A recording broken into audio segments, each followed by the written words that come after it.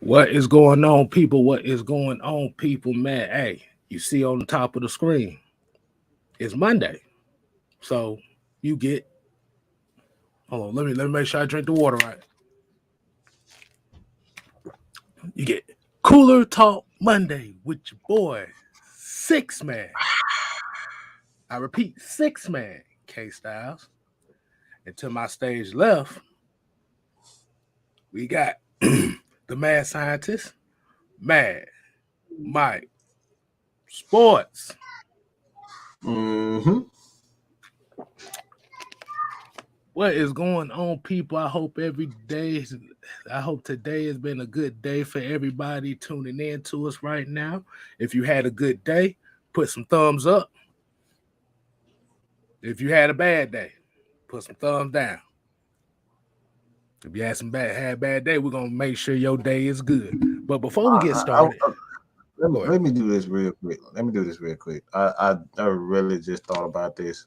Not really thought about it, but I didn't bring it up to you, so I want to do something real quick. A real dear friend of ours passed away earlier last night, and it kind of took me off guard.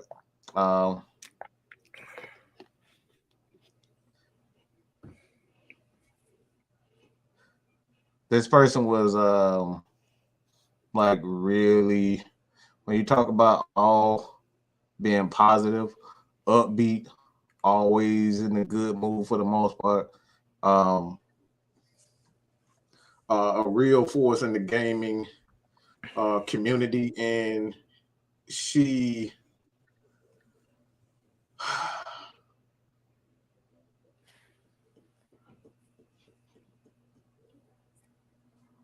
it was just unexpected. Like, it's just one of those things that you just end up like,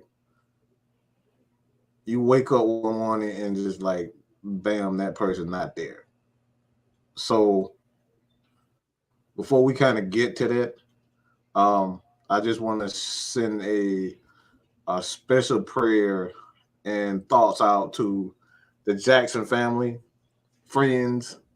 Like I said, this person was, that helped me in my earlier days as far as this channel is concerned. Showed me the ins and out, what not to do, what to look for. So, like, if it really wasn't for her, her guidance, like I want to say I wouldn't be here, but she definitely helped me along the way. So shout out to the Jackson family, Keisha Jackson and Liz, Dre, Dex, all y'all. Yeah, but that was unexpected. yeah, and everybody that's out here as well that's hanging on and not feeling too well. Like you said, that's why I said we gotta take life serious here, man. We gotta live every moment. You never know when that switch goes off like that, and you like, damn, this was it. So, like I said, everybody feeling. I hope everybody's got a family member that's feeling better. Like I said, I don't know if y'all saw. Maggie was in the hospital too. Hopefully, she's feeling better as well. Hey, like I said, hey man, we got one life to live, man. We got to live it the best way we can. Live it up. You always got prayers up. So, oh man, let's go ahead and get the energy up just a little bit. Like I said, we had to give a little 5-minute tribute to that. But Mike, before we start the show, I'm tapping my earphone because I'm trying to think. It's normally something we normally do at the beginning of each show. What we got? It is the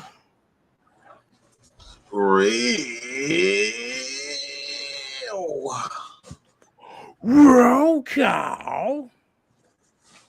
Today's roll call. I ain't got no sponsor behind it, but we're gonna do it anyway. We got Joseph Thornton in the building. We got Yusuke Knight. We got Noah Tendale. Shouts out to family there. Y'all make sure y'all tune in to his shows Wednesday nights and Saturday nights. We got Atlanta Nation in the building. We got Jerry Bowie. We got Asikpo Basie. We got CK22. We got Pat Norris. YMOF Jamal. Eric Dow. We got Michael Walker. Not that Michael Walker. We got Andrew G. We got Todrick Davis. We got Delayed J. ATL Leo. You got the young gunner ATM 534. Got my homie Ultra Shadow 97. Oh man. Mm-hmm. Hey, look, we got Utah Sports in the building too, man. Y'all make sure y'all go ahead and give them some love over there as well, man. So, Mike, how we gonna start this off tonight? Because we got quite a couple topics we want to go ahead and get into. How you want to start this off tonight? Do you want to start with that NFL side or coaching side? How we gonna start this off tonight? I thought I would the coach. You want to start with the coaching side of the game? Mm-hmm. All right. So I know there's this thing going on today that's been very, very hilarious to me. I think Mike, I think everybody's been finding this kind of hilarious. Sit down. Go sit down. Go. Mike McDaniel, Dolphins' new head coach. The reason why I found this funny is, let me ask y'all a question. I'm gonna ask y'all a serious question here.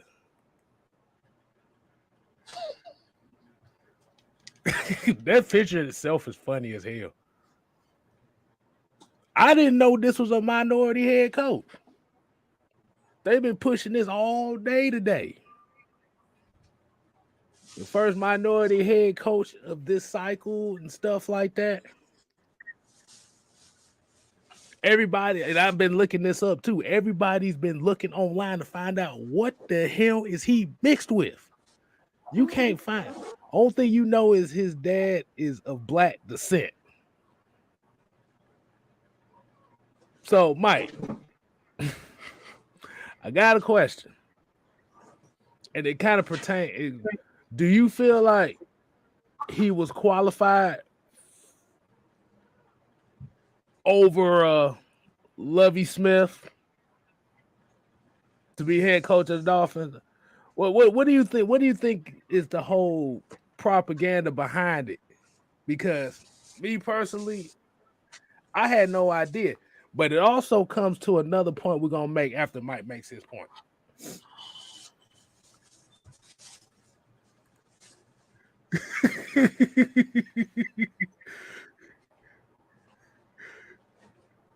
Hello.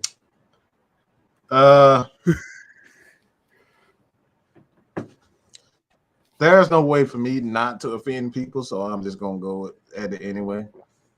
There's no way in here this dude is qualified.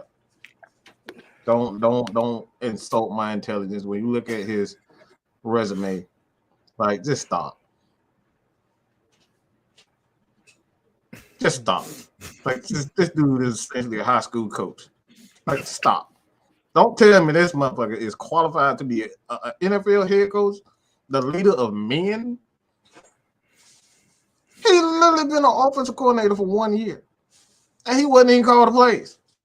Now he's qualified to lead a team. I ain't got nothing good to say about this. So I'm gonna let you go before I really go give my two cents, because I have a feeling we kind of thinking the same. But I'm gonna let you get yours out. Well, I'm gonna say it. Well, I'm gonna say it like this.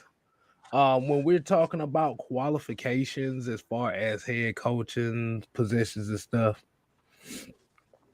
and we look at his coaching resume, he's pretty much been under the Shannon Hand name since 2005. Am I correct? I know it said he started off under Mike Shanahan and then ended up with Kyle Shanahan. Man, that man he's been his bag handler ever since Shanahan was Shanahan was a baby boy. Since he was a baby. That's like, come on. He said you might as well name him Mike Shanahan Jr. Might as well just make that Mike Shanahan Jr., Kyle Shanahan Jr. Okay, like, come on, bro. This man's been a bag handler for both of those guys ever since he was a youngster. Mm-hmm. But would he even really qualify as an OC if Kyle Shanahan's calling the plays? I mean, technically, yes. When you look at the responsibilities, some offensive assistants, what they do is put forth the plan for the offensive coordinator or the head coach, depending on who is the play caller. So a lot of those guys are just doing what they're told. So like it's the pecking order, just like at work. You got guys that actually tell you what to do, and guys that actually do the work.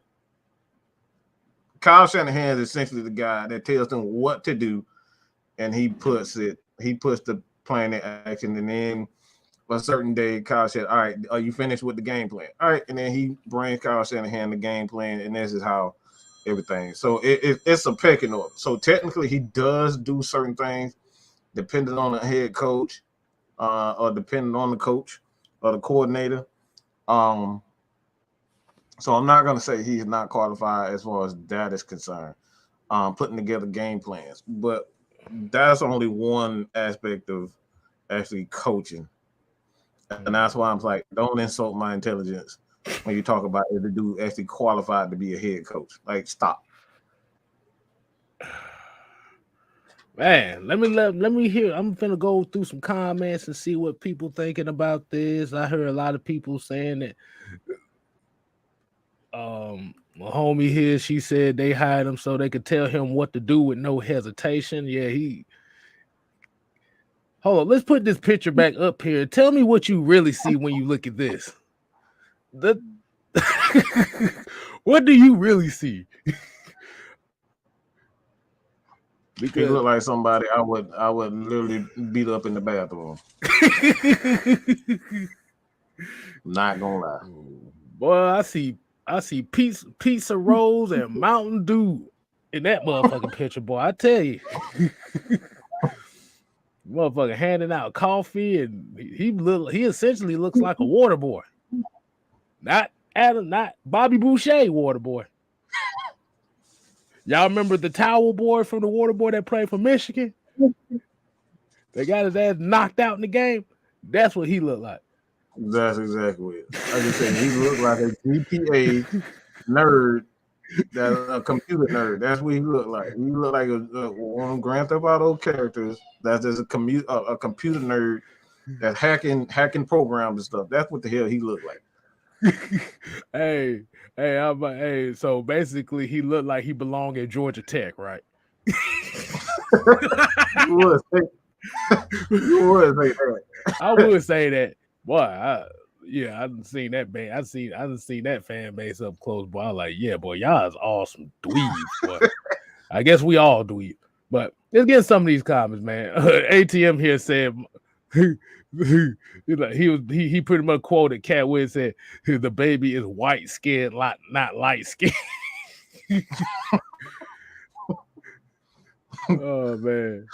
Come on, man. Andrew G said he looks pretty white to me.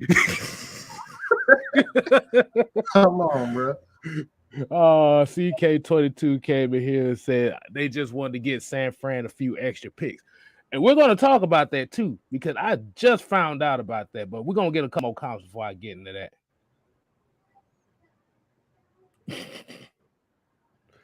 Why Jamal said they petty for hiring him, trying to hire him because of the lawsuit, and he don't even look mixed. But hey, we don't damn know. Hey, black folks can make all shades in the world, so we really don't know. But the thing is, but our issue is not even the biracial thing. The thing is they pushing the biracial thing now when nobody even knew beforehand he was biracial. He was here. He was here. And we talked about him. He was here. We didn't know. He was an offensive assistant here. So and we still didn't know. Exactly. So this is what we're talking about. The race doesn't play. The race ain't the issue. The race is why are you playing the race now? Are you scared of the Brian Flores thing going on right now? Is that one of the reasons why you're playing this? And G said he looks like a bitch to be honest. Oh, y'all ain't right. Look, that's essentially what I mean. When I say he looked like somebody who I beat up in the bathroom. Like, you know how you go to the bathroom at school and y'all get the fighting in the bathroom. That's exactly what he looked like. He looked like he's the one that got his ass whooped plenty of time when he went in the bathroom, so he avoided going in the bathroom all day. Right. I like this comment here by Kay. He said the NFL playing a race card because they gonna get sued. But getting back to an earlier comment as well. I don't know, Mike, if you want to go off on it, or do you want to wait till after this little section here we're gonna talk about? Yeah, go. Okay. So I just found out a little. I actually just found out today. I mean, I may be slow to the rules than anybody else, but the Rooney Rule compensation plan, which gives draft picks to teams that have black assistants that go to head coaching jobs other places. I found that very interesting. I didn't know that was such a thing, unless this is something they just added. No, it's been there for last. It's been there. What, 2 years or so? Yeah, about last 2 years because they weren't getting any progress with it, and it's something that like owners never really cared about. I'm not. As far as the coaches is concerned, I don't think it applies to guys that are actually in the front office. So I think it's only coaches. Unless you, I don't think it goes. I could be wrong, but I don't think it has. It applies to the front office. So, yeah. Yeah, cause like I said, I know it's kind of an incentive program. I know it's kind of an incentive rule to get people to hire more black coaches, but you shouldn't have to put initiatives like that for coaches that are already qualified. Now I'm gonna just use this as an example. Like with Lovey Smith possibly going to the Houston Texans. And I watched a couple things today and said that Lovey Smith wasn't even the first option the Texans wanted. I wonder Did why. Did you know these fools was looking at hiring Josh McCown as a head coach before Lovey Smith? Yep. Then they made up this bullshit lie talking about well, he's not ready yet, so we're gonna put that on hold. Like, yeah, I said Lovey. Yeah, like I said, Lovey Smith. Lovey Smith is the Texans coach now. Like I said, which is good because he has been qualified to do so. But he's going in a very interesting situation too, because you still have His a ass will be franchise fired in 2 years, and they'll bring in like Josh Josh McCown. His They're ass gonna will be bring in fired. Josh McCown. Come on. But go ahead, Mike. While you doing that, I'm finna look up this Rooney Rule thing. So go ahead, man. What you got on that? Well, I'm about to do a little shameless plug. But I will start to upload more videos such as things of this nature as far as sports is concerned, the more serious parts of sports, things like things that need to be talked about, the CTE, racial discrimination. It's gonna be Mad Mike TV, so you guys can check that out. That's gonna be all me all day long, so you're gonna get the real me, every part of it. And that's what Mad Mike TV is about. There's some things that I can't talk about on my regular channel that I want to be able to talk about on that channel. So search up Mad Mike TV, and that's going to be where I upload and talk about things like this. So with that being said, this is what I got to say about it. These owners are the real problem. Guys like Dan Snyder, these old white guys, okay? These old white guys who were born in the 1920s, the 1900s, these motherfuckers do not want change, okay? Not a lot of the newer people, not kids, the people that are in our generation, the 20, 30-year-olds, 40-year-olds, 50, 60s. But a lot of these 70, 80 years old, like we're talking about a lot of those people. These motherfuckers do not want change. So it's not even about the Rooney Rule. The Rooney Rule is just a rule, period. So if you got to put that in place, just so that can be some level or a reason why you should hire a guy, I already tell you there's a problem. But it's not. I'm not happy about Lovey Smith getting the job. I'm not happy with Terry Fontenot getting the job. I'm not happy with any of these motherfuckers getting the job, because at the end of the day, it's all a farce. Outside of the Atlanta Falcons, Pittsburgh Steelers, there's only a set few organizations that actually give a shit about diversity. You can look in the last. You can put the Ravens in there. You put the Ravens in there a little bit. Ravens, yeah, you can throw the Ravens in there. With Ozzie Newsome. So you can throw him in there also. It's really literally a handful of organizations that go out their way to make sure that they hire African American coaches. And I'm talking about in big positions. The Falcons have always been one of those. Under Arthur Blank, they've always been that type of organization. You can go back to Emmett Thomas when he came in and was the head coach. You can look at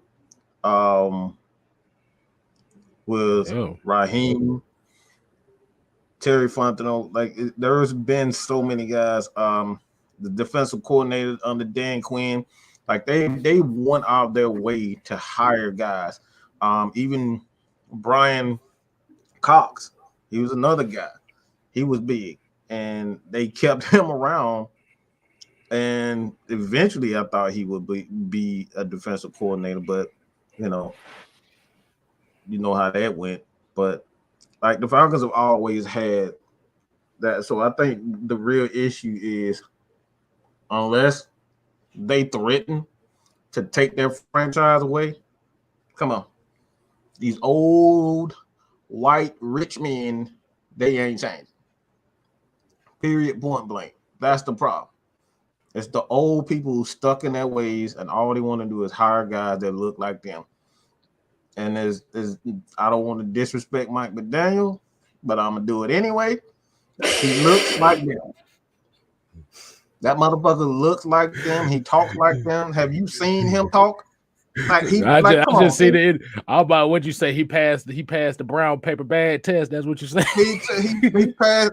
That's it. Now, he looked like them. He talked like them. He act like them. So let's just call a spade a spade. That's the reason why they really hired him. And a lot of brothers who talk like them, yeah, they hired him. Guys who talk like true Southerners, nah, we don't get jobs like that. Wild hat backwards with the Scully with an afro, like Colin Kaepernick, nah, we don't get those jobs. We don't get those jobs. So I know I might be pissing a lot of people off by saying this, but I like at the end of the day, you gotta call a spade a spade. Brothers who talk like us, like Shannon Shaw, they barely get those opportunities. So I will. One thing I will say about Skip Bayless, and you can say whatever the hell you want about Skip. Skip knew exactly what he was doing when he hired Shannon Shaw, because Southern black men do not get jobs like that, because we don't talk like we about to go to a Comic-Con. Basically what you said. No, look, basically what you said. Look, basically what you saying. We ain't. They say they hiring only Bryant Gumbel motherfuckers. That's pretty much Bryant Gumbel. That's pretty much. That's who if you don't speak like Bryant Gumbel, you ain't getting a job. That just call it what it is. Right. Hello, everybody. Yes, we have a special matchup today. We got the Falcons versus the New England. Hey. Did you see that play over there, man? I thought it was preposterous. Golly gee, that is amazing. I can't believe it. Come on, bro. I give it 3 thumbs up. That's who they want, man. So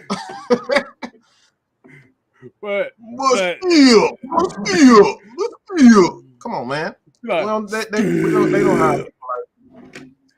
Yeah, boy. And Shannon Sharp is all country and the motherfucker, but like you said, he speaks facts and realness. And that's really why, especially down here in the South, that's why Undisputed is more popular than First Take, because you have somebody that people in the South can relate to. And he ain't no hootin' hollering. He I'm not gonna put that up there. I see what ATM put right there. No, we're not doing that. We're not doing that. No. We are. People already hate us as it is right now. Mm-hmm. But what it is, Shannon Sharp's mannerisms, he doesn't come off as ignorant. He comes off as intellectually good, but it's more of a relatable tone. Yeah, and like I said, and this is a shameless plug too. If you watch Club Shay Shay on YouTube, you'll see it, and it's there. Mm-hmm. So shouts out to Uncle Shay Shay. But let me say this real quick. I honestly believe, like, I know a lot of people will sit back and say, oh, look at Donald Trump and look at the political part of things. They be like, no, man, America ain't changed. I totally disagree, because again, with the younger generation, I've seen it. I've seen it with my own 2 eyes. Little white kids don't give a damn about a lot of this nonsense. They great granddad or they granddad, value. Like, they don't care. Like, people don't care about a lot of that shit. So I know we pushing the boundary a little bit today, but somebody got to do it. Like, I honestly believe we are changed in a lot of ways, but of course you still gonna have those incidents where racism shows its ugly head. Right. And I seen somebody say, I think this was Pockets Full. He was asking, he asked this question here. Said, why isn't there a black-owned team? One of the main things too is that the owners actually have to vet a lot of these guys. So it's not just okay. It's just a brother can put his money together and then buy a team.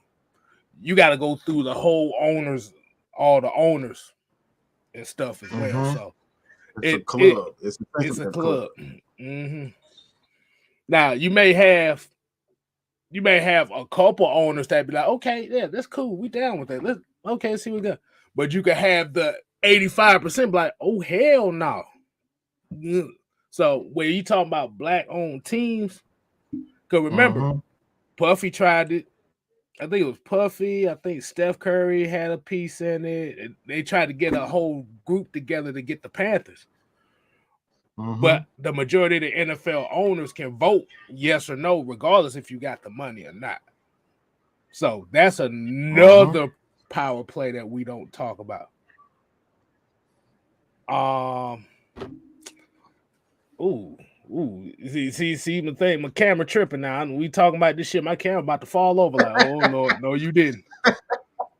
All right. So, hey, I might say we might have to hold on. Let's talk. I will make this a couple. Oh, my homie in here. Let's get it, GA. Hey man, congrats on you getting to the 500 styles of the game right there. You want a 2K? You want to watch some 2K footage? Hey, go check out my boy. Let's get it, GA. Joe Schmoe. Okay, we're gonna make this one quick. Joe Schmoe said, how and why is the NBA able to be more progressive in a short amount of time to get more black head coaches, and the NFL still hasn't come close?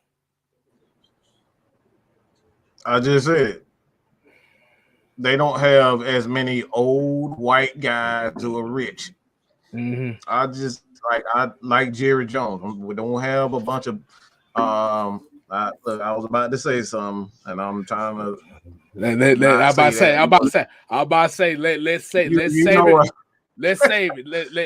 save it for one of the Mad Mike TV shows. Because if you want, we're gonna talk that real shit. We'll do it over there, and I'll be involved in it too, because I got a whole lot more. I got a lot to say. It will not be on Mad Mike Sports. It will be on our secondary comment, because, like I said, we got some real shit to talk about, and I really want to be able to go in without actually saying what I want to say. I'll say this: if you ever watch Kwame Brown, that's the direction where we really want to go, as far as just being real about a lot of situations that people ain't trying to hear. But essentially, to answer your question, it's just a mentality that these older owners have, and they only bring in people who are qualified. A lot of people, plenty of black minority owners. Like it's plenty of them. There's plenty of them. But they only allow their buddies, like Khan and Jacksonville. Like, I was surprised he was even allowed to come in, because he's not white. That's not a white guy. Shit, you a damn billionaire. You a damn billionaire. You come from a billionaire family. That trumps everything when it comes to these folks. So everything. So that's the reason why they let him in. They allowed him in. But at the end of the day, bro, like, that's the main reason. We got guys like your boy, and it's probably gonna go into the next topic. By me saying this, as a segue to go into the next topic. But we got guys like Robert Kraft that, he got friends who are friends, and they make these laws, and they can get away with stuff that other people can't. Hint, hint. Right. So look, I'm about to say, before we get to the next topic,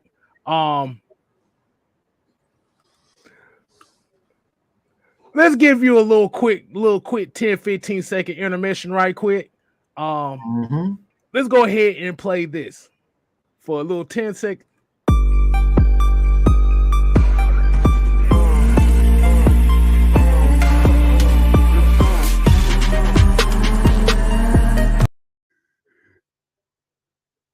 What y'all think about that? That was very quick. That was very quick. Hey, try to think about that. what y'all think about that? But What you know about that? What you know about that? Let's get to a couple more comments here before as well, because we're gonna get to the topic of the night as well. Let's see. ATM already talking shit, talking about if we going to Kwame Brown right, he gonna subscribe. Oh Lord. Oh man, let's see. Y'all go ahead and y'all go ahead and leave a couple questions in here while we're going through these. We got some people said them fits was dope. I said definitely appreciate that. Hey, this is the off season. We doing a little bit of experimentation on a few things. Billy Mills said, wasn't the Ravens black owned? Nah, they had I know they had minority owners. Yeah, it was Art Modell, I believe it was, and then they had minority owners. There's a ton of minority owners. Like Work Done is a minority owner. Right. But these are the names that you're not going to hear as far as being part of that ownership club. But if you're talking about like majority ownership, nah, there's none.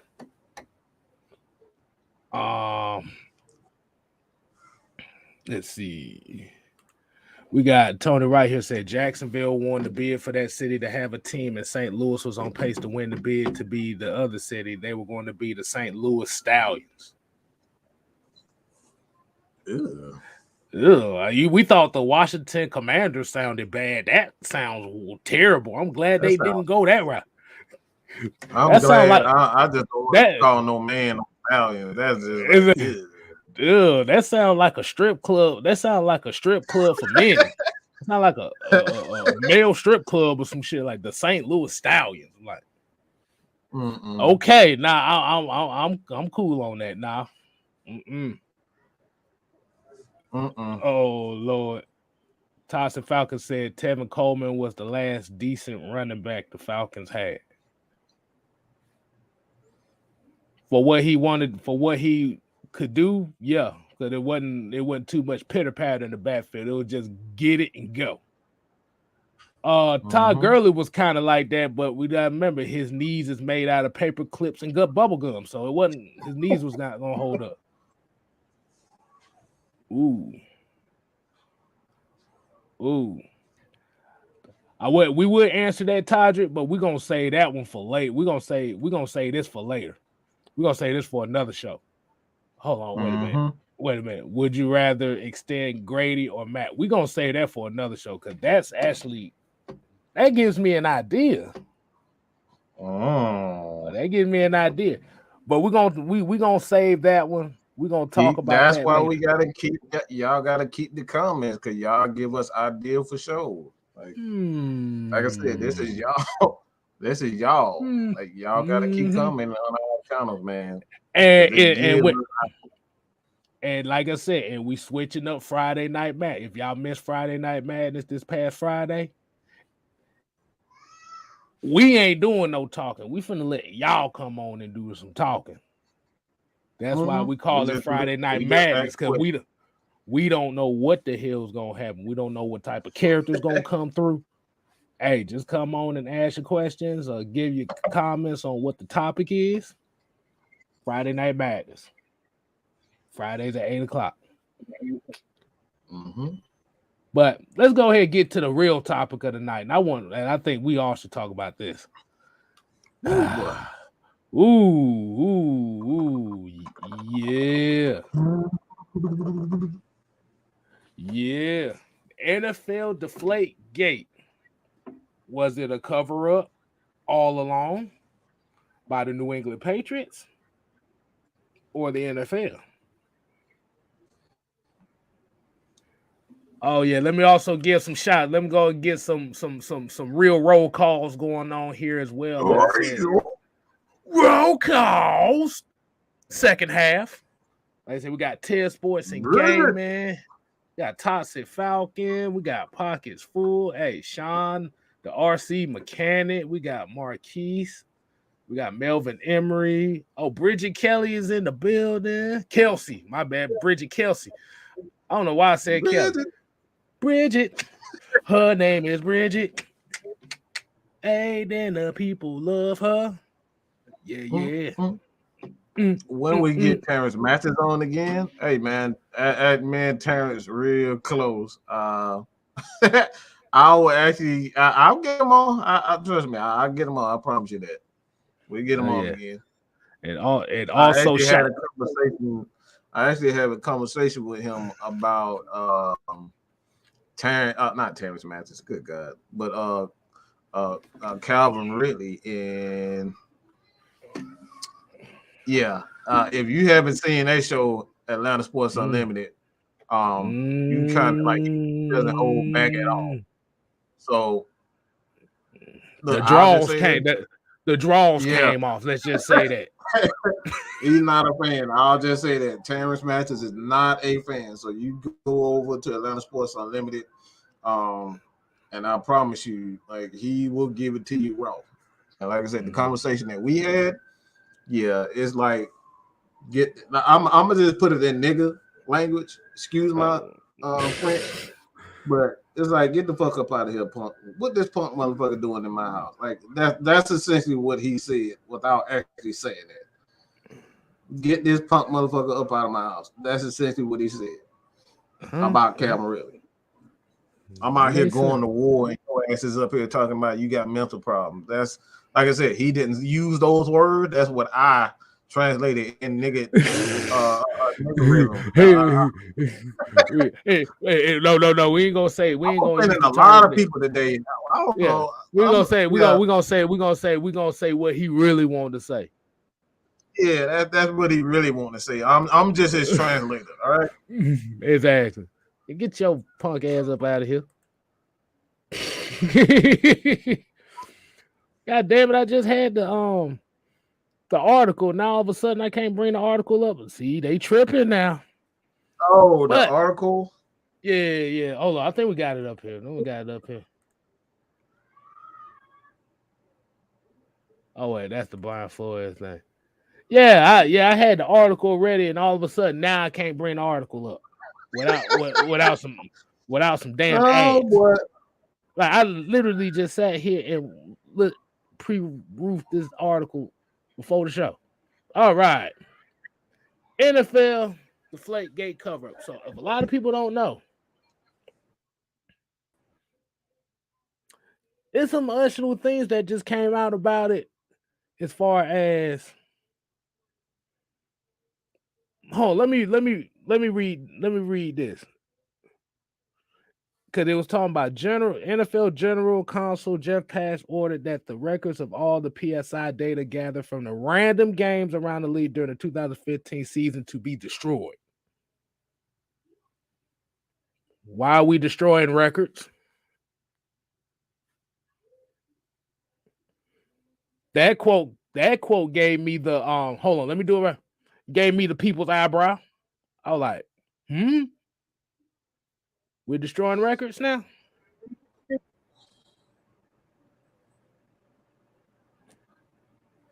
Now, if anybody don't know what Deflate Gate is, the Patriots defeated the Colts in the playoffs. I'm trying to remember. That's where it came up. But the Colts 45-7. 45-7. But the Colts, I wouldn't say they had a gripe about balls being deflated for them to use. That's why, because when you have a football that doesn't have enough air, it doesn't travel like it's supposed to. The spirals are not tight. That's what I said. Every football is supposed to have an exact PSI, or as use the actual term, pounds per square inch ratio, which is supposed to be about 12 or something like that. But their footballs was 10.5 to 13.5, I believe. I think it's between 12.5. 13 about Yeah, 10.5 to 13.5. That's Right. where it's supposed to be. Right. So when it came out that Deflate Gate, this thing happened. Now remember, the New England Patriots have had Spygate on 3 seasons of Spygate. You had this Deflate Gate.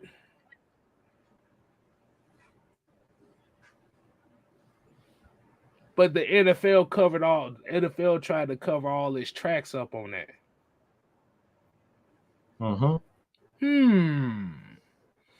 What does my conspiracy brain telling me here? Has the NFL tried to push the Dallas Cowboys to be America's team, but underhandedly, the Patriots were the bottom bitch of the NFL, which is what they liked?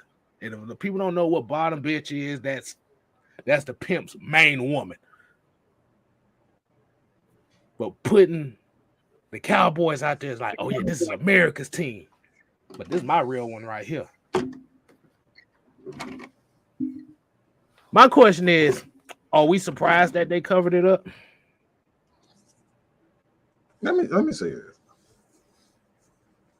Let me say this. And I've done a thorough investigation on this myself. Just looking at everything in its entirety, right? So let's get one thing clear about this entire situation. Does anybody take out the time to say to themselves, how the hell does a football lose air within a certain? I played in weather, trust me. I played in 5-degree weather. I played in 10-degree weather, football in 10-degree. I've never seen once a football get deflated in cold weather. Granted, I'm not from New England or Minnesota, but like I can promise you, kids from now, their balls have never, ever gotten deflated because of the cold weather. The ball is just as hard as it was before. All right. Did anybody take out the time to ask a science guy and the guy that we all know, Bill Nye, the science guy? This man literally said, no, atmosphere has no issue. Because what the Patriots are trying to do is bring in scientists, quote unquote scientists, and say the atmosphere caused it. The atmosphere caused the ball to lose air. And you got an actual science guy that's just stating, no, that's not, the atmosphere doesn't, or the weather doesn't do that. You would actually have to have one of those pins to actually let the air out of it. So what the Patriots are alleging, they're using these qualified, and we've seen this before from politicians, where they bring in these experts that pretty much state that, all right, see, the NFL covered it up. What the NFL did is they did exactly what they've always done. If they did the eye test, they essentially did the eye test. You had a football guy that came in. It's like, all right, I know when the ball is being tampered with. I'm just gonna grab it, feel it. All right, this one, this one, this one, this one. That's essentially what the NFL did. They didn't use science. So the Patriots brought in scientists to eventually say, all right, the NFL, see, y'all didn't do y'all homework properly. See, y'all framed us. And that wasn't the case. That's not the case.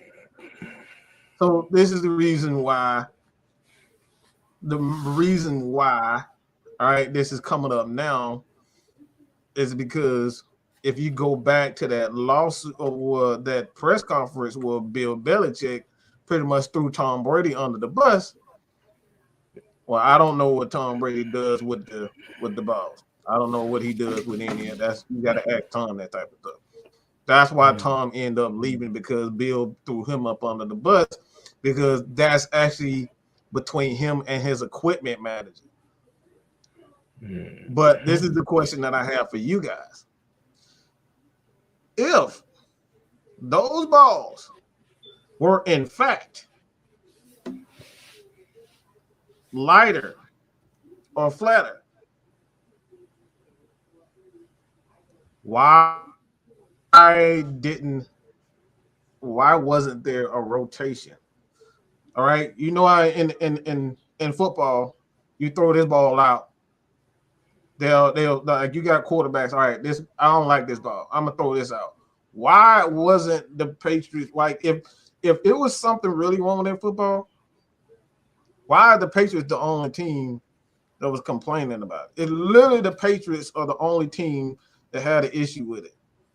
The other teams, it was the Buffalo Bills, the Colts, and the other quite a few other teams that were complaining about, all right, this ball is definitely flat. They were the only team complaining about it. It was multiple teams turning the Patriots in. So it wasn't just one team. It was multiple teams that were turning the Patriots in. So I know this is complex, but when it all comes down to it,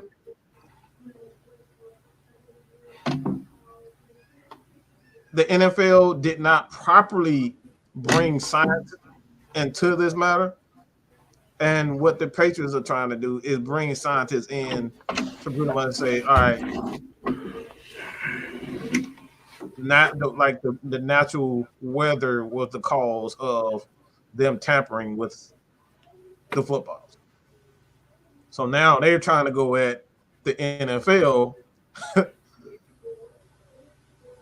and say that the NFL covered everything up. So it's a complex. It's a complex situation. But like I said before, it was only one team. It was multiple teams that were complaining about Deflate Gate. But like I said before, if it was multiple teams complaining about it, why was it just the Patriots, the only team that was onto this type of stuff? If it was something, if it was something that was just a widespread issue, if it was a widespread issue, it was a widespread something that just NFL does to the ball, why is it that everybody started telling on the Patriots? Multiple teams started telling on the Patriots. But I believe it was the Buffalo game where somebody called the interception and they took the ball to the sideline. I forget the corner name, but he actually took the corner to the sideline. It's like, yeah, see, this ball is actually lighter.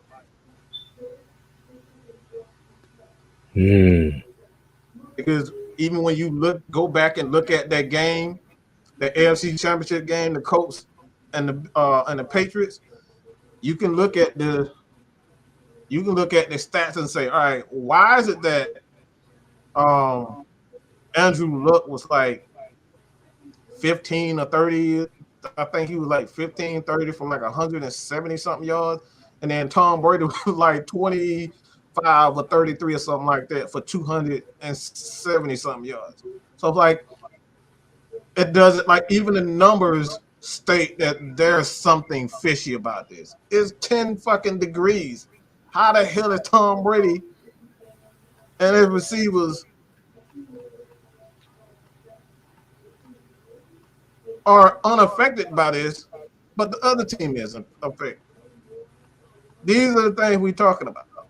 So like I said, I know that's complicated. But these are the things that the Patriots do. They go to the extreme to cheat. And like I said before, the issue here, and in case I'm gonna let you get your thoughts on it, but the issue here for me, as it pertains to this entire issue, Deflate Gate, is one thing. if you look at the patterns, this is what happened to the NFL. This is what happened. The Patriots got caught cheap. The NFL said, look, you need to stop this shit. I'm covered up this time, but if you keep it up, I'm going to roll your ass. They covered it up. The Patriots said, look, I do what the hell I want to do. I'm Bob Kraft. I do whatever I want to do. And Bob Kraft said, and the NFL said, all right, you think you run everything? All right. I'm gonna make sure we gonna frame Tom Brady. We're gonna frame Tom Brady. We're gonna frame the Patriots and say, guess what? All right, since y'all don't want to abide by the rules, we're gonna create Deflate Gate to quote unquote frame y'all. The Patriots said, look, I don't give a damn what y'all do. We do what we want to do here. And they continue to do what they want to do. Why do I say that? It's because they were caught again, cheating the same way, recording the Bengals. So when you look at all of this stuff, it's a back and forth between the NFL owners and the Patriots. It's clear, but these are the things that we're talking about. You got to pay attention. Average fans don't pay attention to the obvious signs. What the NFL did, they completely threw all the evidence out. The Patriots were ungrateful, and the NFL said, "Oh, you ungrateful son of a bitches! All right, this is what y'all gonna do. We're gonna make you. You gonna give us your draft picks. We're gonna make sure your quarterback is out for 6 games, and you know what I'm saying? Like we ultimately gonna, split up the team. But again, these are just these are the obvious signs that a lot of people just don't pay attention to. So basically, what you're saying is the Patriots organization felt like they was bigger than the NFL. Am I right? Yep, that's essentially what it was. The Patriots thought they were bigger than the NFL. I mean, you got to remember that the NFL has a owners. It has an owner. It's like a owners committee. Arthur Blank right now is a top of. He was chosen by the 32 owners to be that guy over everything. So these guys are going back and forth with, with Bob Kraft, and Bob Kraft's like, no, I run this. So that's what the internal fight is. We got one owner who think he run everything, and the other 31 saying, look, no, we in this together. But you know what? And like I said, this conversation actually has been pretty good. Mm-hmm.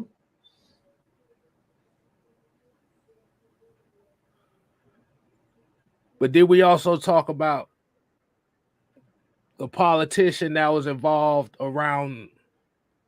Well, that was the initial Spygate, but it was talking about the Spygate for the Super Bowl against the Eagles and the politicians that was involved behind that. So my question, and I saw somebody brought up Tom Brady as far as being the GOAT. And it's kind of actually going to lead to something that I want to talk about here soon. We're probably going to save it for Friday Night Madness.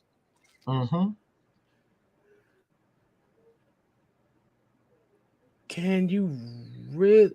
I'm trying to think. If you had every rule change that benefited you, could you really be considered the GOAT? Yeah.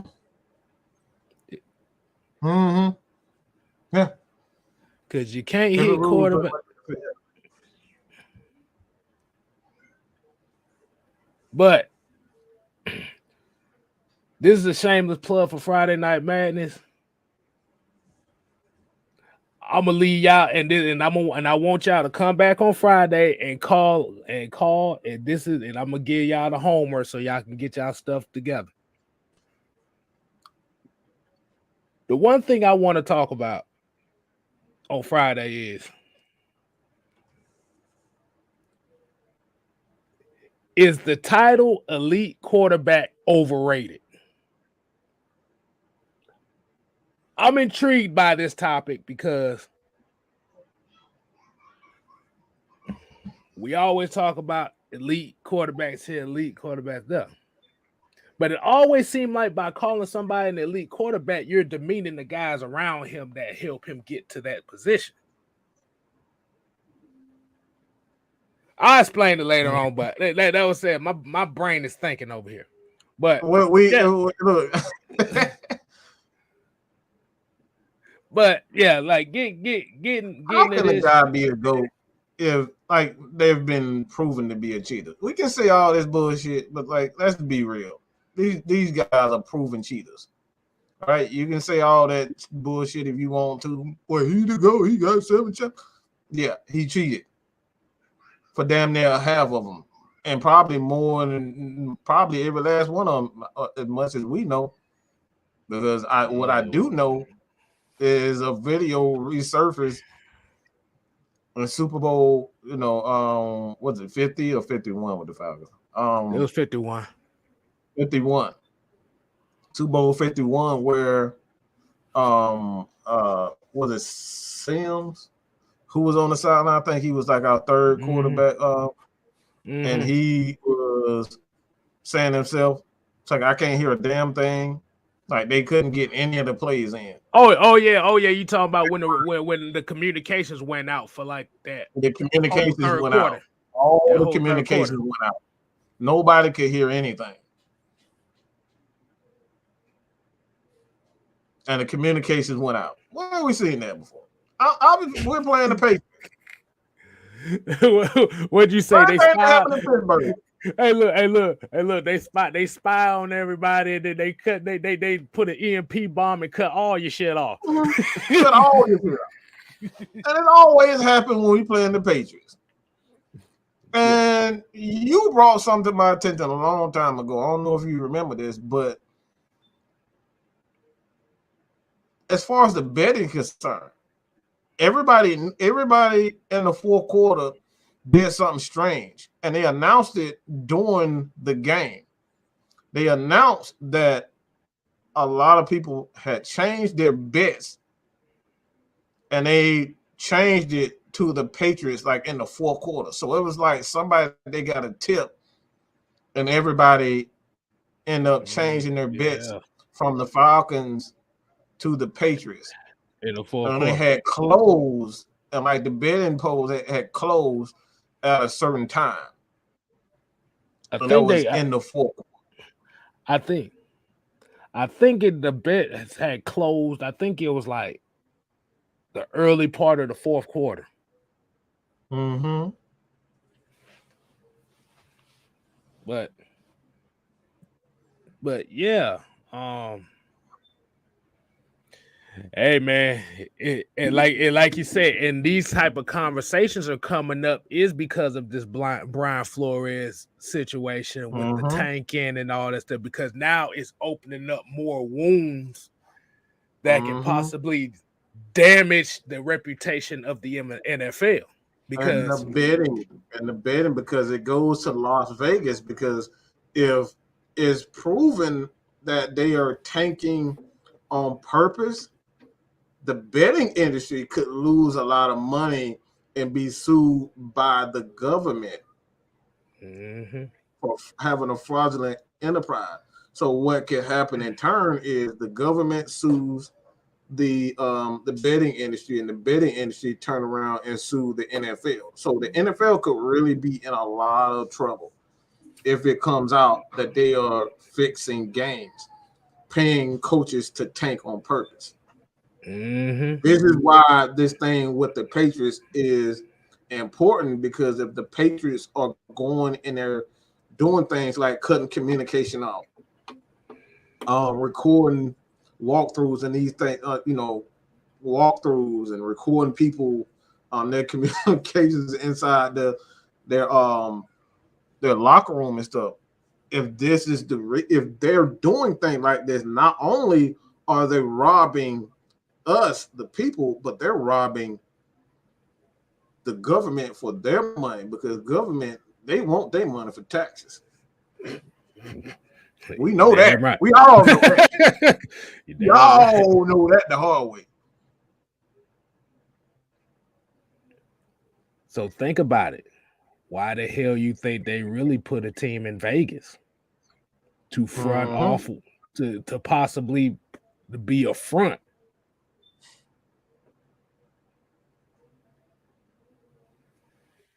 Hey, hey, bro, it just opens Pandora's box, bro. And that's the main thing I always like to say is do not open Pandora's box, because what comes out that motherfucker can damage everything you stand for.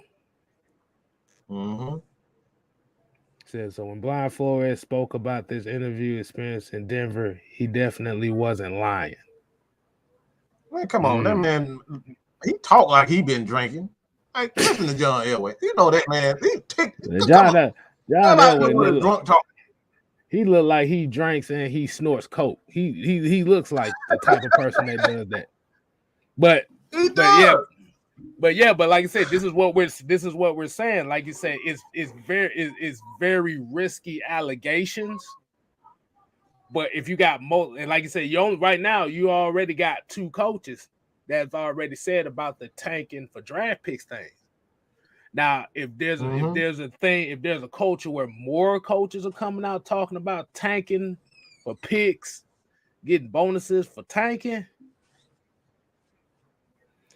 then we really have to look at not only how long has this been going on,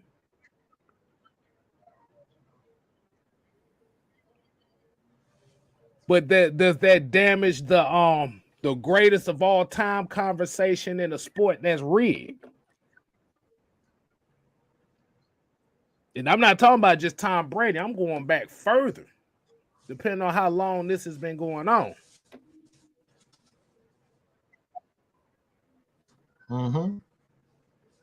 So I know Sipo asked me what was the inspiration of talking about was Russell. Ryan Clark said Russell Wilson is not an elite quarterback. Nah, that wasn't the inspiration. The crazy thing, the inspiration wasn't even that. The inspiration is I actually had a thought. Russell Wilson. Hey, look. Oh, I know the player they talking about. They talking about Dwight Smith, who played for the Buccaneers. I seen that. It's a video of Dwight Smith. He used to play safety for the Buccaneers, and he was talking about that Super Bowl when they played against the Raiders. And it was like all these people in their ear talking about, okay, you got to do this, that, do some of that. So I got to go back and look at it. I ain't seen it in a while, but I've seen that video before. But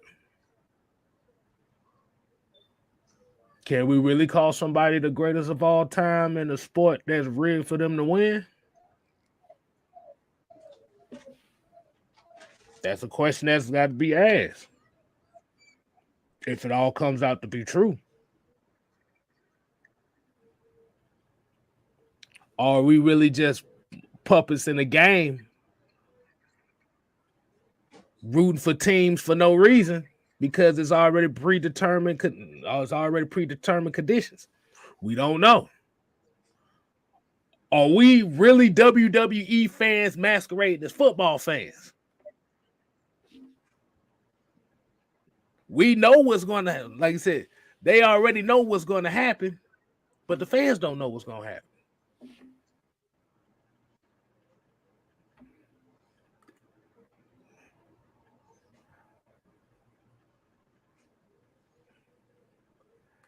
And speaking of this, okay, Ted Sports Gaming here said The corner said they won the Super Bowl against the Raiders. He said the game was decided before they was on the field because the betting, knowing the plays on a radio podcast. But Mike, I don't know if you remember. I know you remember this, but I want to know if people here that have been watching us for a while remember one of the Terrence Mathis interview we did a while back ago where he was talking about how they switched the game plan for the Falcons before the Super Bowl. Like they literally scrapped the entire Falcons game plan. Didn't he say it was that Wednesday before the game? It was something like that. The Wednesday before the game, and went with a whole new. It was a last practice. Like I said, we don't know. Like I said, we don't know. But when you got Vegas involved, my thing is, go ahead. My thing is, I wouldn't go as far as to say everything's like a WWE. What I will say is that when circumstances arise, NFL say, maybe we need to do this. You know what I mean? Because it's difficult it's really difficult to sit back and say, all right, we're gonna script every part of the NFL. Like, come on. It'll look like yeah. I you know, I ain't mean it like that. Yeah, and that's what. No, I know what you meant, but a lot of people may think that we got some conspiracy theory. We're not saying that we're saying that they're scripting every game. And I heard a couple of people like, all right, if we know it's scripting, why are we watching? I mean, why your eyelids go up and down? I mean, at the end of the day, it's a part of nature. Question. What the hell am I supposed to look at? Bunnies jumping? Like, but there's a catch-22 to this conversation too, because if our team is benefiting from it, are we really gonna say anything about it? Let's keep it real. If the Falcons were the beneficiaries of these conspiracies, we'd be looking like this. I see nothing. Yep. Exactly. So really, at the end of the day, it's subjective based on on your team. But the main thing we're saying is it's a possibility that it could be out there. So yeah, like I said, as Falcon fans that's watching us, keep it real. If you was the beneficiary of all the conspiracy that, like, let's say the Falcons was doing all the Spygate and stuff like that, would you have a complaint about it? No.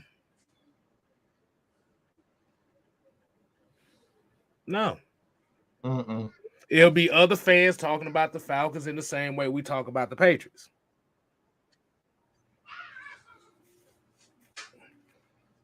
But the main thing is the conversation is out there. It looks sketchy. Do. So either way, regardless on who's doing it,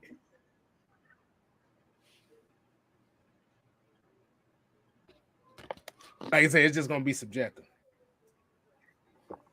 But man, I'm about to say we might well go ahead and wind it down. You want to get a couple? You want to talk about that one thing you want to talk about before we get off here? Where was it? Your comment of the show? Oh Lord, yeah. Well, what you got for us, Mike? He just told me he had a comment. I don't even know what the hell he talking about.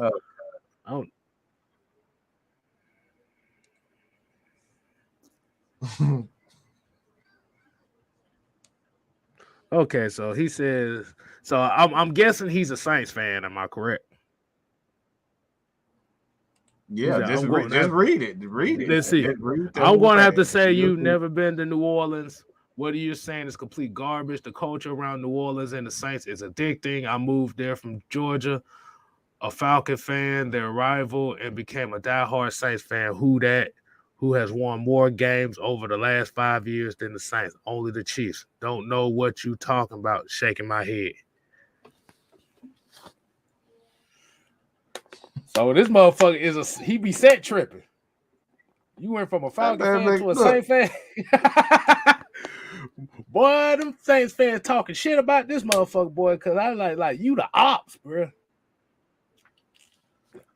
Bruh, because I'm looking at it like this. So he said he was a Falcon fan. Then he went to a Saints fan. But he used the last 5 years because the last 5 years the Saints have actually been winning more games. So will he have the same energy if the Saints plummet like a motherfucker? Hell no, he'll probably be right back in Georgia. He'll be right back in Georgia talking about, hey, go Falcons. Cause he looked like looking at the profile, he looked like he be set tripping anyway. he looked like a set triple. But the thing about it is nobody ever talked shit about the New Orleans culture. We already know about the Creole culture. How the closest thing to as far as like I said, it's kind of like the Creek. Like I said, the New Orleans culture is wonderful. It's fine. Bourbon Street smells like piss and shit. But I'm just saying. At times. See, but the problem is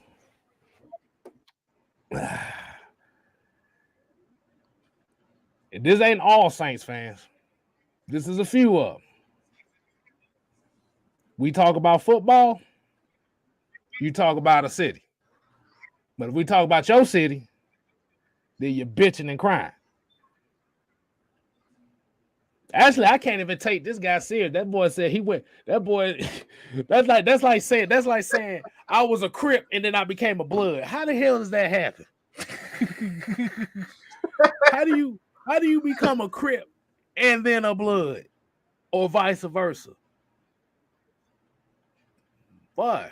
I stayed in Georgia. I was a Falcons fan. I moved to New Orleans, Louisiana, and I became a Saints fan. Like, man, sit your clown ass down. That's the crazy part. He said diehard Saints fan. Diehard. How you gonna be a diehard Saints fan when you was a fucking Falcons fan? You can't be that. No. See, the definition of diehard means you ride with the team no matter what. You done put years into it. And this is the problem we have with a lot of football fans is we don't really have fans of teams. We got bandwagon jumpers, and this is the definition of a bandwagon jumper. They, like you said, everybody wants their team to win. We want our team to win.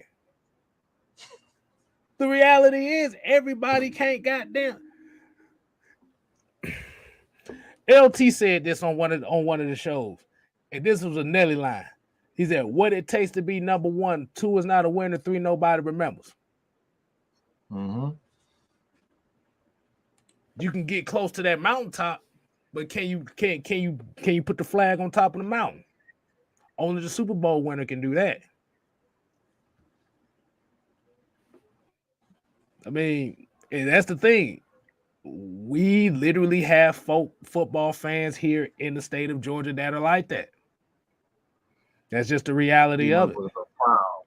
They proud of switching up. Like this dude literally came on and talked about him being a Falcons fan and him turning into a Saints fan. Can't make this shit up. You can't make this shit up. And I'm look, bro. I'm gonna be real honest with you. Them Saints fans don't even take his ass serious. Them Saints fans probably don't even know he a Saint fan. Because you switch up like that. Oh nah, bro, you set tripping, bro. I bet you go down there, they don't even know he a Saints fan.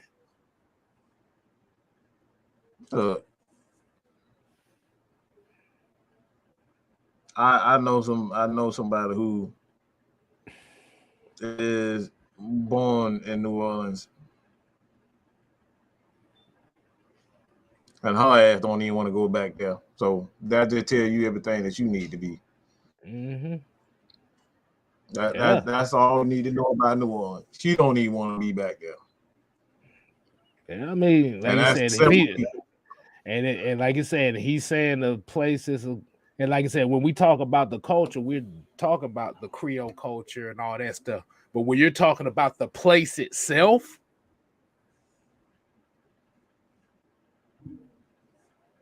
like you said, ain't nobody quick to go back if it's great. Like the only time anybody really ever talks about New Orleans is Mardi Gras. From what I've seen. Mardi Gras and damn gumbo. That's all. That's all we want to know. Mardi Gras gumbo. That's it. Right. Nigga, fix my damn food. That's what the hell you. That's what you say. Look, New Orleans, fix my damn food. There's a food, drinking, and women. That's it. But the thing is, if you're gonna hype up a city, don't shit on another city without evidence. That's the main thing we say. That's the main thing I say.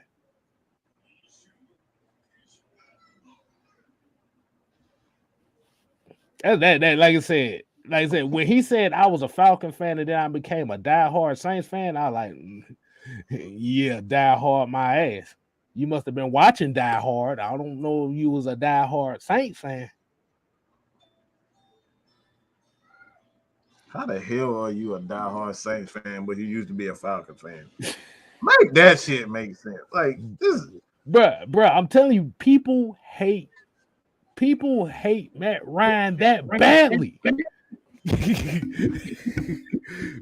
they don't like I said, winning. Like I said, people want a winner. Yeah, but your fandom is not based on when they win. Mm-hmm. It's when they down. And I have to give a shout out. I had to get a shout out to this guy because I actually seen one of his streams yesterday. Dude's a Detroit Lions fan. Die hard. The Spirit of Detroit podcast. Y'all make sure y'all go check him out. Tell him K Styles sent you if you go check him out. But yes. When teams start getting good again, he'll be back. Hey, he'll be back.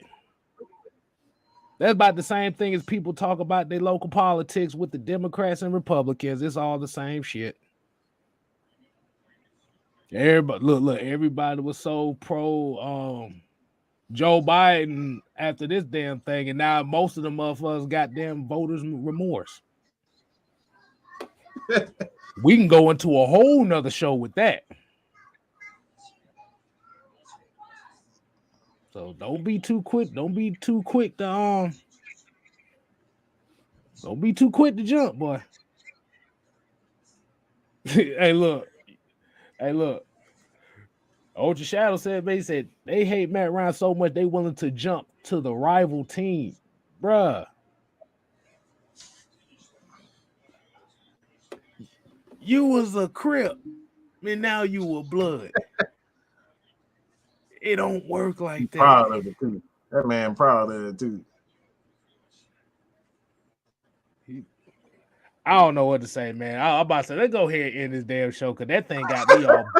That thing got me confused. I'm sitting here like, what the fuck? Yeah, that's why I do. That's why I had this. It's like, bro, how you gonna how are you gonna say you used to be a Falcons fan and talk about you a Saints fan now? How the hell that even work? And I ain't never said I want to be a North Carolina fan, bro. I'm a Duke fan. It's like me saying I'm a North Carolina. Like, no, I ain't no damn North Carolina fan. And like I said, the interesting thing about it was he said the last 5 years, so that lets me know when the Saints started winning, he became a Saints fan. So when the Saints start losing, where is he gonna be with the? Because you can't jump back and forth. You pick one or you pick the other. It don't work like that, bro. You could do that. Like I said, the thing is, you could do that with any other team in the NFL. But if you're talking about the number one rival of the team that you was a quote unquote fan of, and you jumped over there, you can't jump back, bro.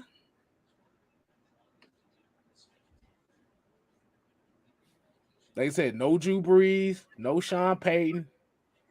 Okay, 72 in the red in the dead cat space. This is your team now. So this type of guy, he don't need to have nothing Falcons. We don't have to see nothing Falcons on his page ever again. Because if he puts anything Falcons on there, he gonna get his ass roasted up. He gonna get his ass roasted up like some damn chicken up in this motherfucker. Some rotisserie. Hold on. ATM said he had a client. He said switch from Falcon fan to a Saint fan because he was tired of losing money betting on the Falcons. Well, the first thing he should have told him was, motherfucker, who the fuck told you to bet money on a football game in the first place? That's your dumb ass. That's your dumb ass. If financial's the reason why you wanted to switch from being a Falcon fan, you wasn't a Falcon fan in the first place. If it took money to switch your ass over, you got bought out.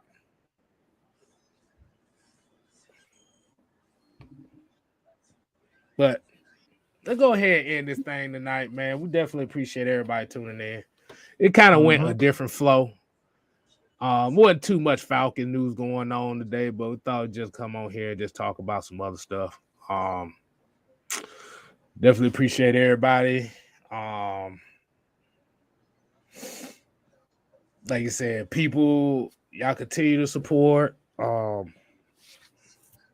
Oh damn, we was supposed to talk about that to Steve Sabo, but I think that kind of got away from what we was the energy of what this show was about tonight. So we're gonna talk about that. We're gonna talk about that during the week as well. I might talk about that on the 6-man convo Thursday.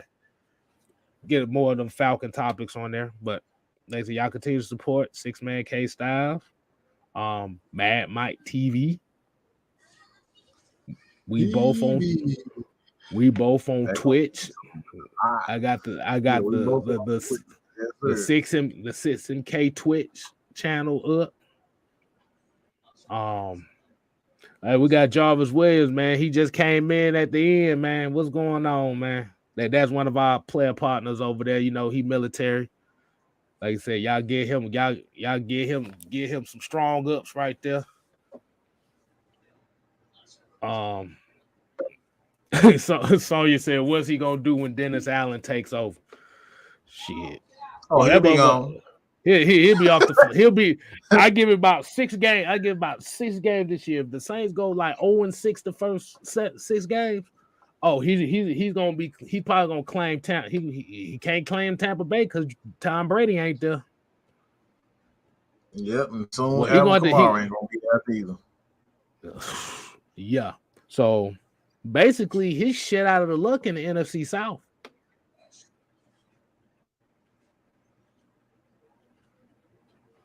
Once you go Saints, Falcon fan, you ain't.